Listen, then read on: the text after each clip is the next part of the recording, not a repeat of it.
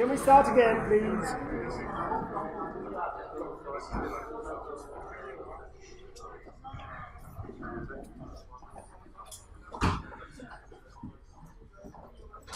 Okay.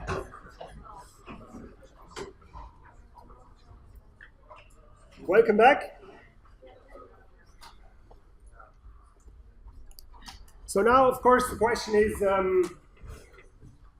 how can we apply this to Schnapsen? And I think that the discussion I just had with some of you was a very useful one and should help you all understand the approach that you should take. And so basically, let's go back to the setup of the game. So I have a set of hands. It would be 5 hands, and they are known. My opponent also has 5 cards, and they are unknown. And there is the pile. So I have 5 choices to begin with, so if it's my turn. And then the question is, which of those should I play?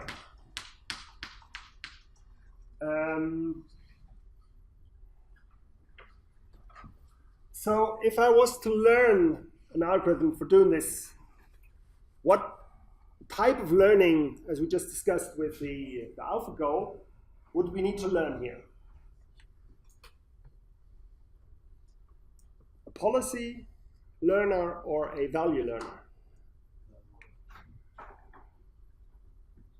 Policy and value, that's good. So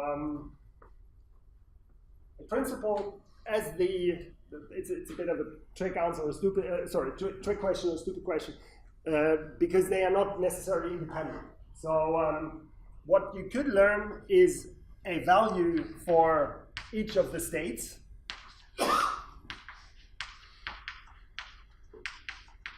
And then decide on a policy, for example, take the one with the highest value.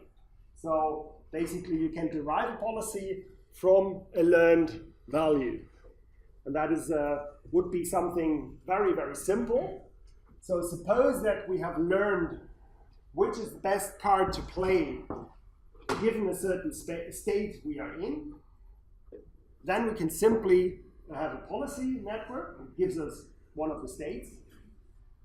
Or we could apply some value learner, and then we would learn a value for each of those cards and pick the one with the best value. So we can use a value learner and then build a strategy on this one, or we can use a policy learner in the first place, which would probably do technically exactly the same in our case. Yeah. So what is now a good way of how would you formulate this problem as a classification problem?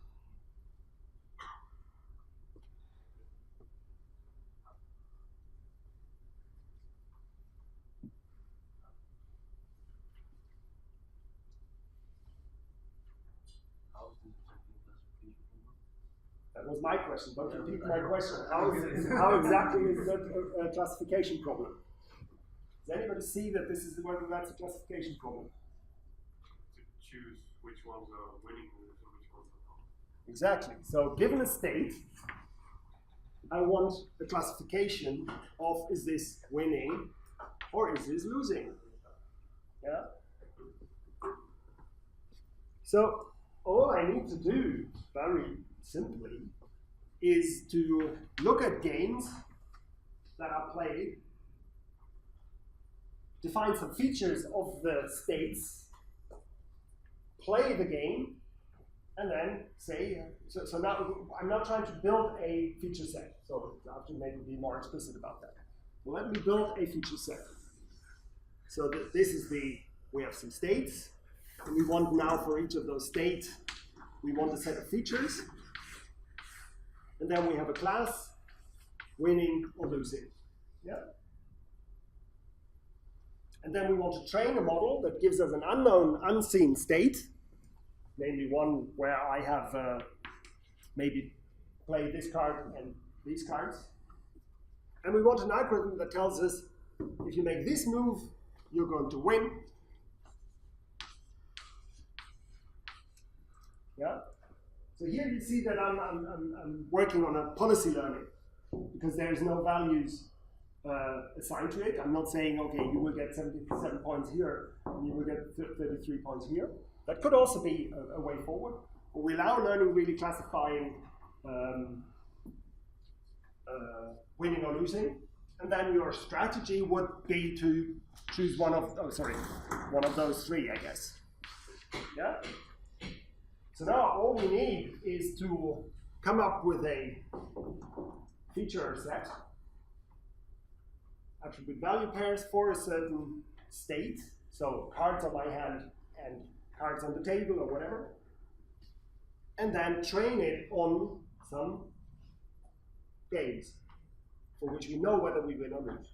Yeah?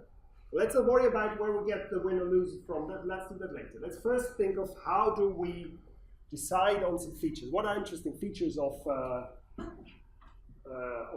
game? Those that I know. The values of cards. So I would say card 1, card 2, card 3, card 4. You get the picture. What else do we have? What else do I know? Maybe not in the first, but maybe somewhere more down in the tree, in a state. Sorry? Number of points, yeah. So my points. You also have your opponent's points. Yeah. These are two things. The trump card.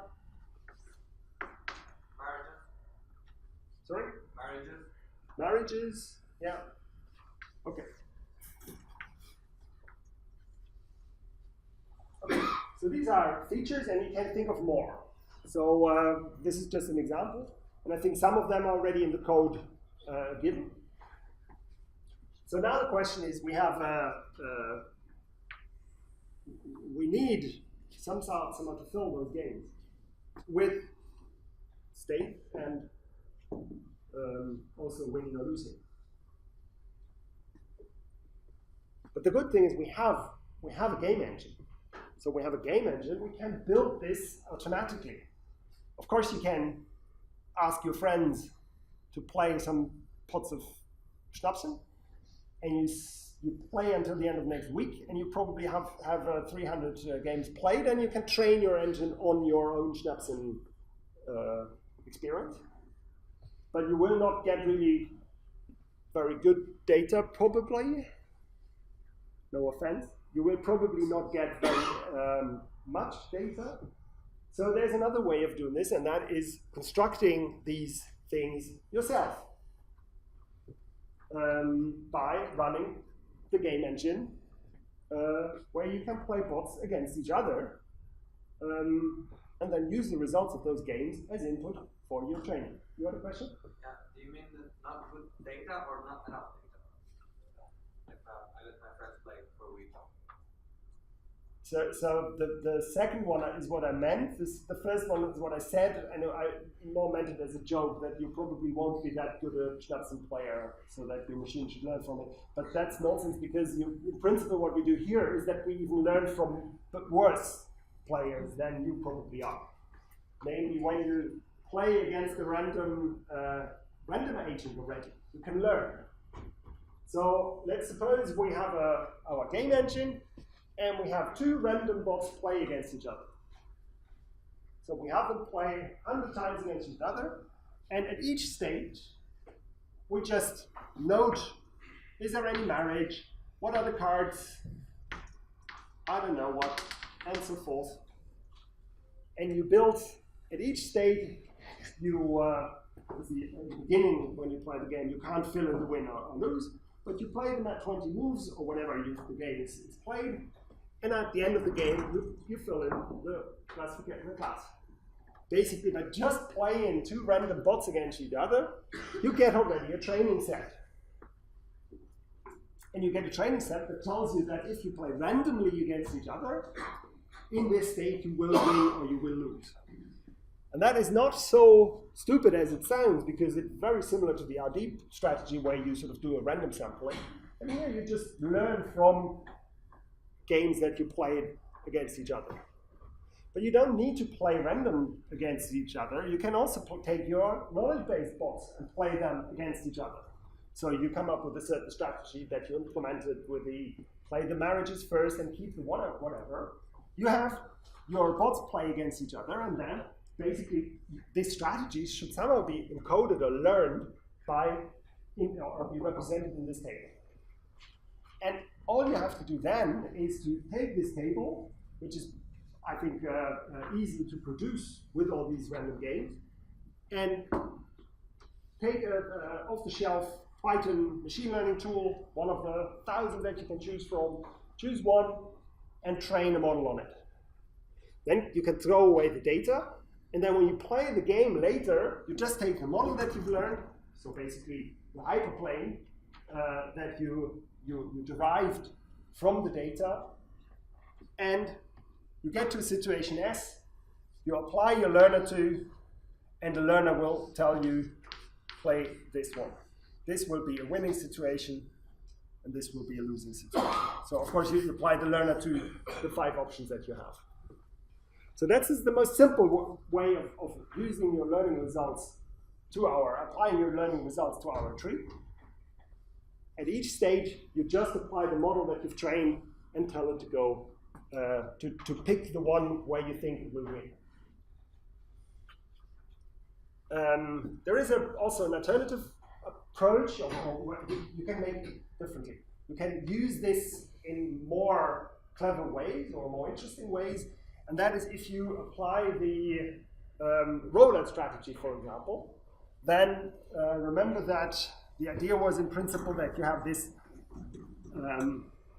you have your deck of cards,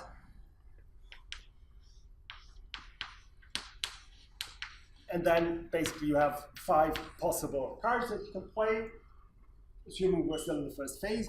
And then basically we have these huge number of possible cards that your opponent could play because of the cards that the uncertainty. So we have this. So now in order to estimate the quality of each of those states,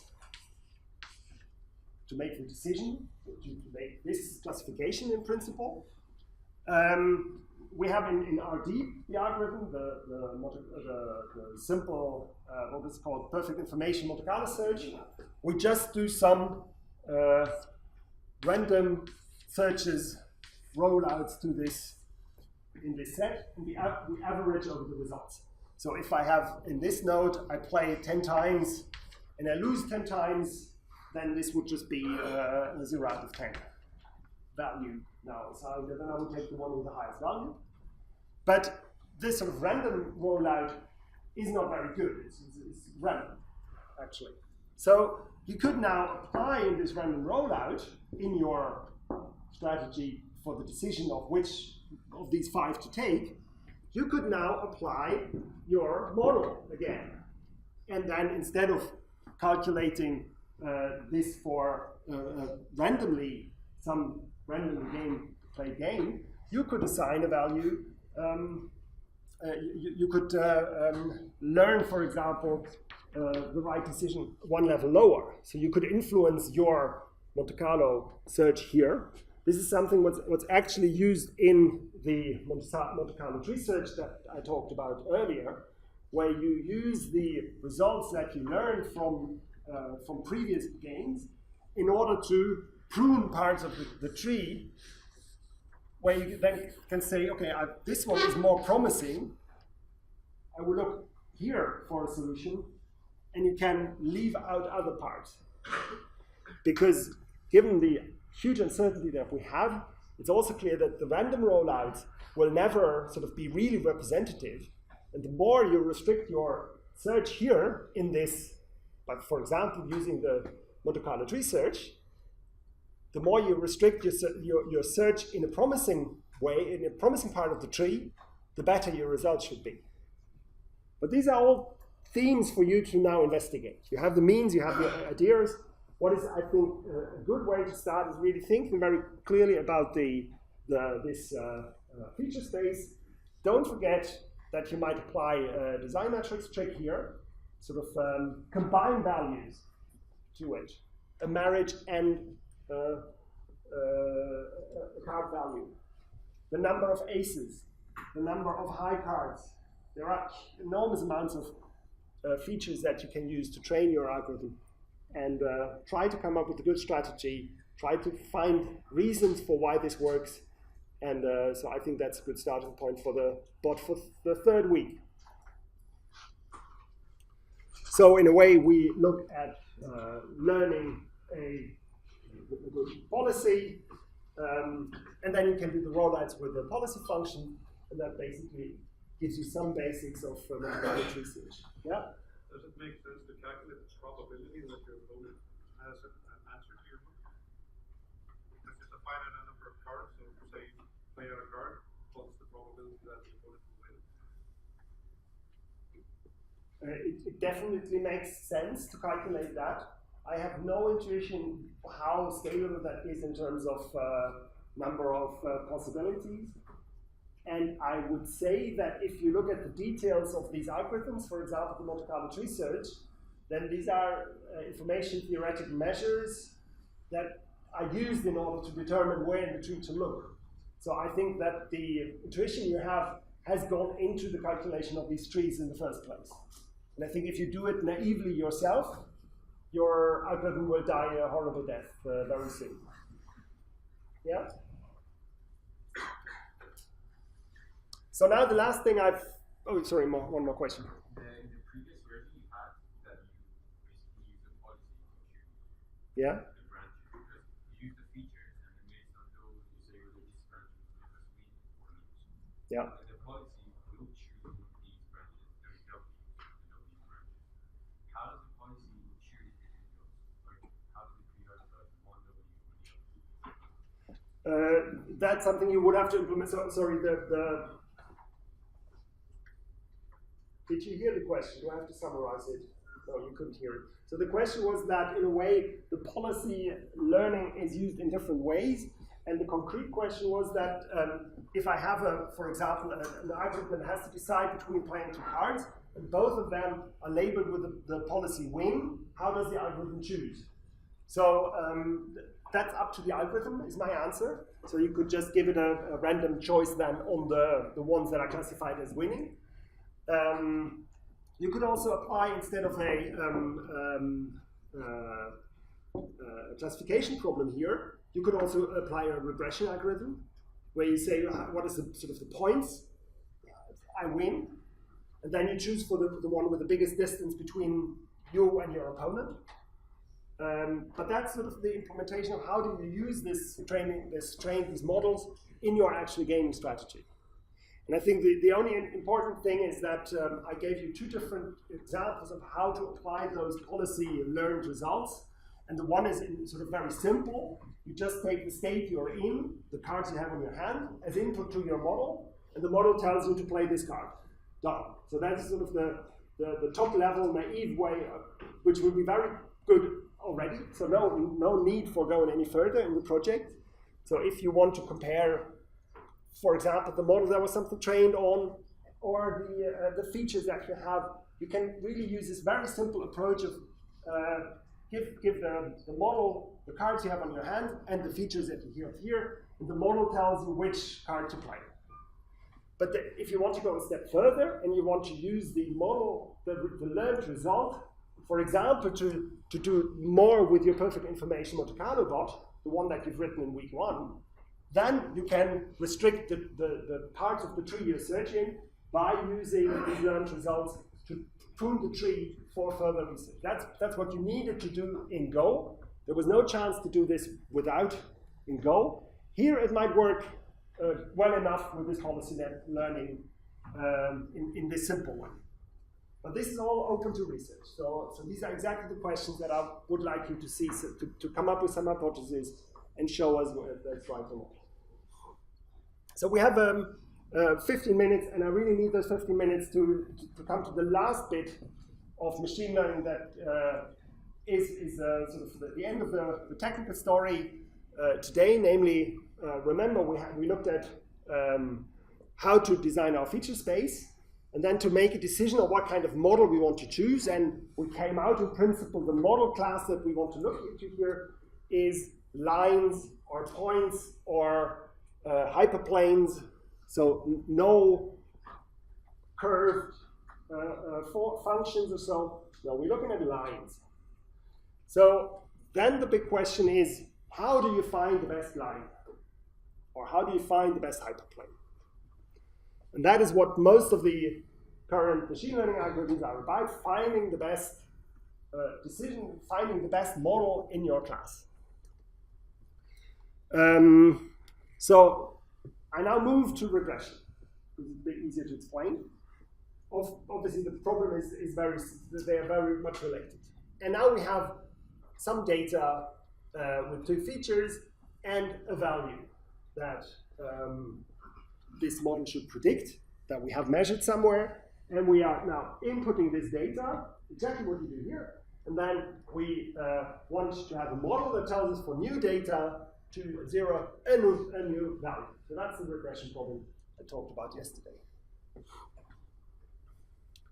And if we now go back to our example from the male-female example, we now want to have the same data, but now learn to predict the height of a person given the age. Or vice versa, I'm not sure which one it is. I think it is predict the height on the basis of age. Yeah? It's the same data, it looks the same, but now we're not looking at the classification male-female, but we're now looking at predicting the value of the height of a person given its age. And of course the same holds. The task is now to define a function. This is a function, again, it's a line. We're looking for hyperplanes or lines. And again, think of it as we don't need necessarily to think of this in terms of lines. It could also be a curve if we played around correctly, nicely with the feature space. So this could also be the right hyperplane if we would apply it to a maybe the design matrix where we have taken also the square of the age into account or some other combinations. So the task itself is very simple. We just want a set of data points that are somehow located on a line.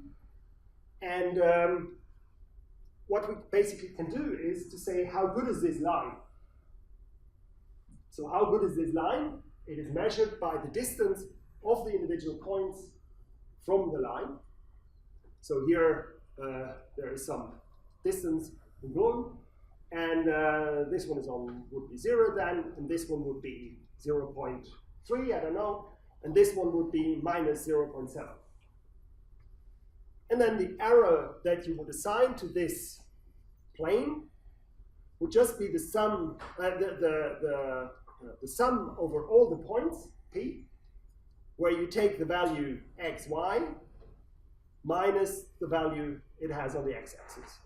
Yeah, so that is the predicted value f of x, and that's a real value. You just take the difference.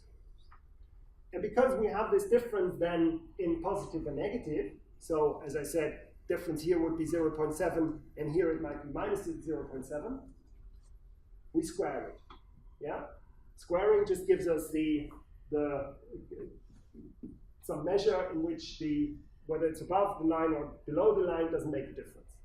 That's why you usually use in these error parameters, you use just the squared distance from the line. Yeah.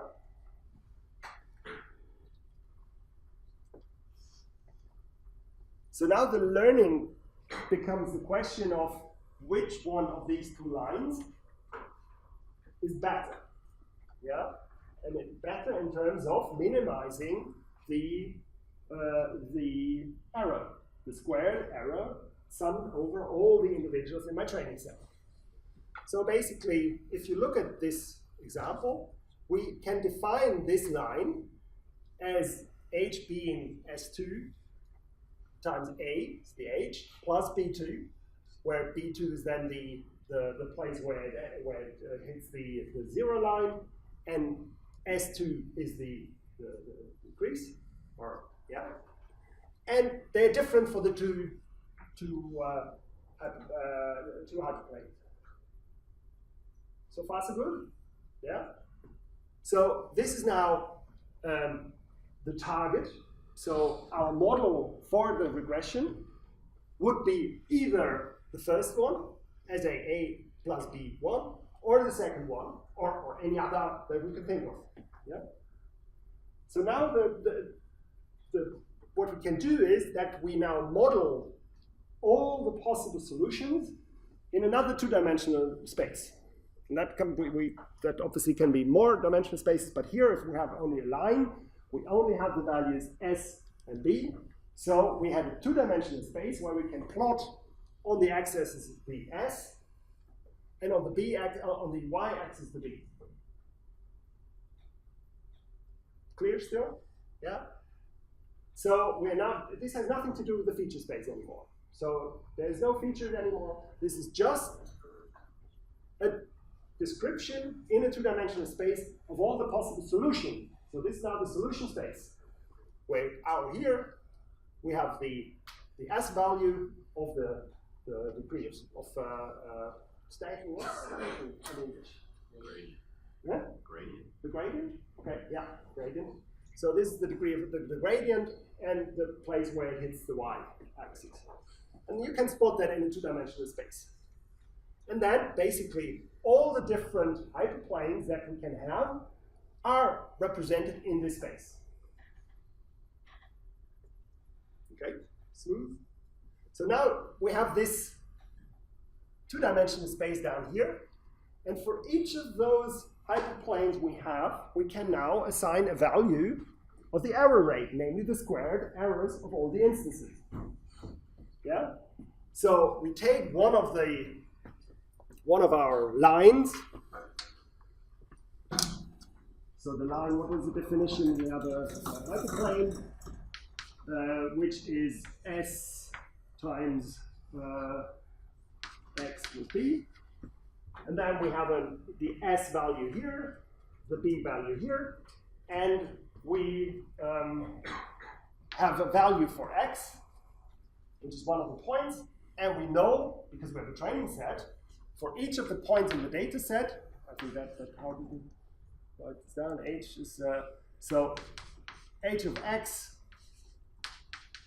we know the value for each of the X, because this is exactly what we have in the training data for our regression problem. So for all we need to do is now for all the points in our data set to calculate the error rate that we get for a specific hyperplane. Yeah? That's not so difficult because this is as it's defined here. So we have a model which is just a line. The model is f of xi is s times xi, so the gradient plus the point where it hits the middle. So this is one of the points. This is in this dimension. And then based on this model, we can, for each instance, calculate the error. That is namely the distance between the predicted value and the real value. And the real value depends on this model. So then we can square the error to make sure that the ones below and the ones above don't cancel each other out. And we sum it up. So now we have an error message, error for S and B, so the input of our search, which is just a complicated sum over all the data points in our training set, squared. And now each of the points in this three-dimensional space corresponds to, so let's take this space here, corresponds to a certain hyperplane with its error value. Yeah? So basically, this one is very bad. This one is also very bad. It has a lot of mistakes. And the more I go down here, the better they get, because the error rate decreases. So basically, if I am at this, if I choose S to be to 1.8 and B to be 2, something like this, 2 and 2, then I have a hyperplane 2x plus 2. I try out all my instances, I get a prediction which is very bad, so I know this is not a good hypothesis. Which one is the best? which is the best hyperplane in this picture.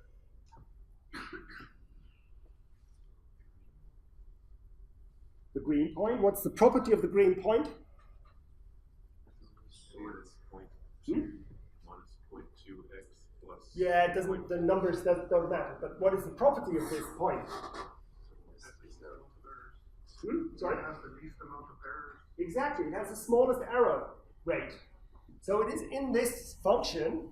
It is the lowest point, and that turns this into the problem of, for this three-dimensional space, find me the one where the error rate is minimal.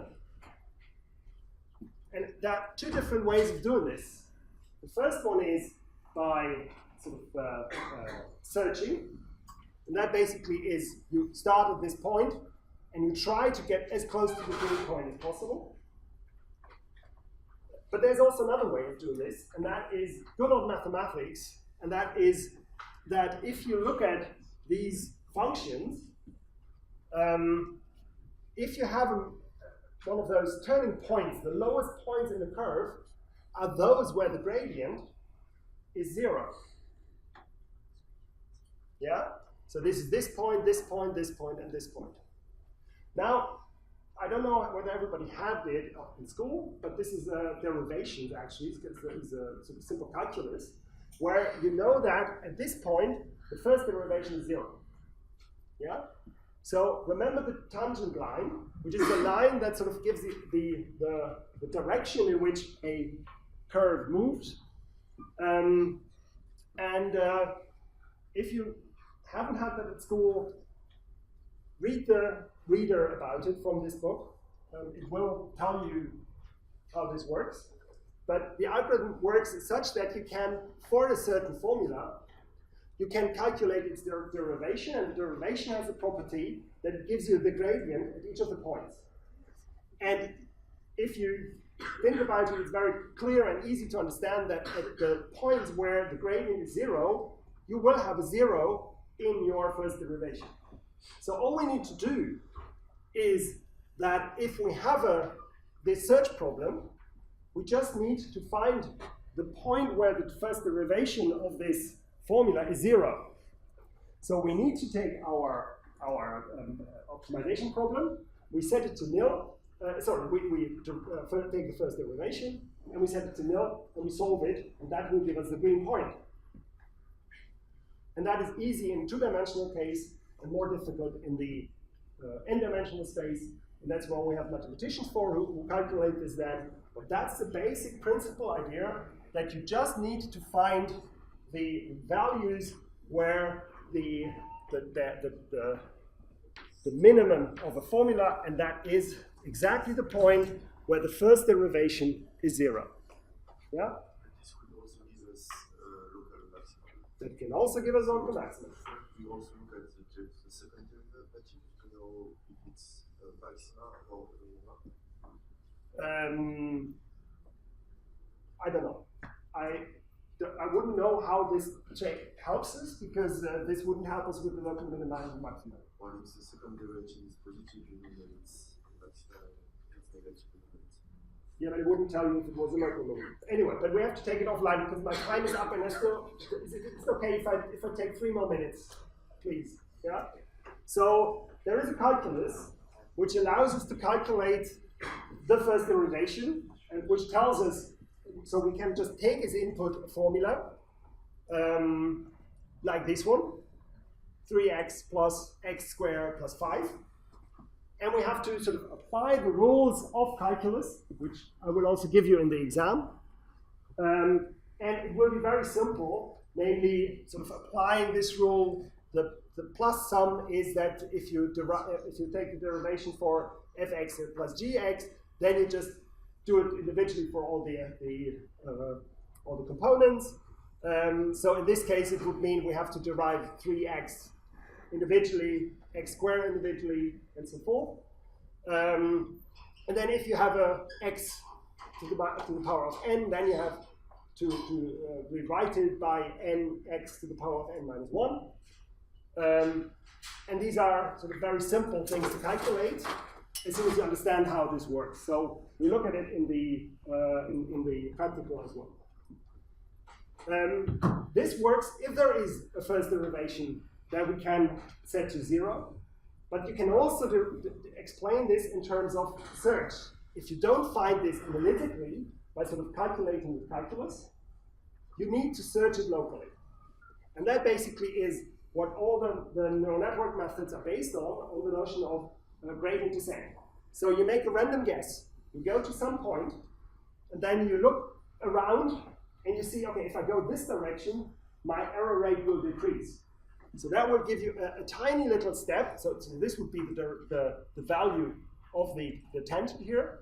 And then you go in the opposite direction to go to the green one. And that determines your search algorithm. So how to find the model is basically some, in a hierarchy of difficulty, in the best case, you can solve it analytically. So derive the first derivation, set it to 0, and then you find the optimal one and you're done. That's the best model you can find, unless you have a local maximum. That can happen.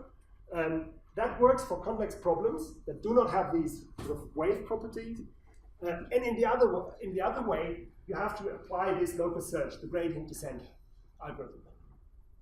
So the gradient descent works that you pick a random parameter, S and B, you compute the gradient, that gives you the direction to work on, and then you move in the opposite direction, closer to the 0 point. That gives you sort of, it's like throwing a ball to a landscape, and then it will roll to the lowest point. And so there is a lot of research around that, which rate to choose, and so forth. But that's, I think, all I should tell you. Now, tomorrow, Peter will tell you about neural networks, and that's exactly where they apply this gradient descent as well. And we have a discussion on ethics. So please come, and thanks for, excuse me, for the 5 extra minutes.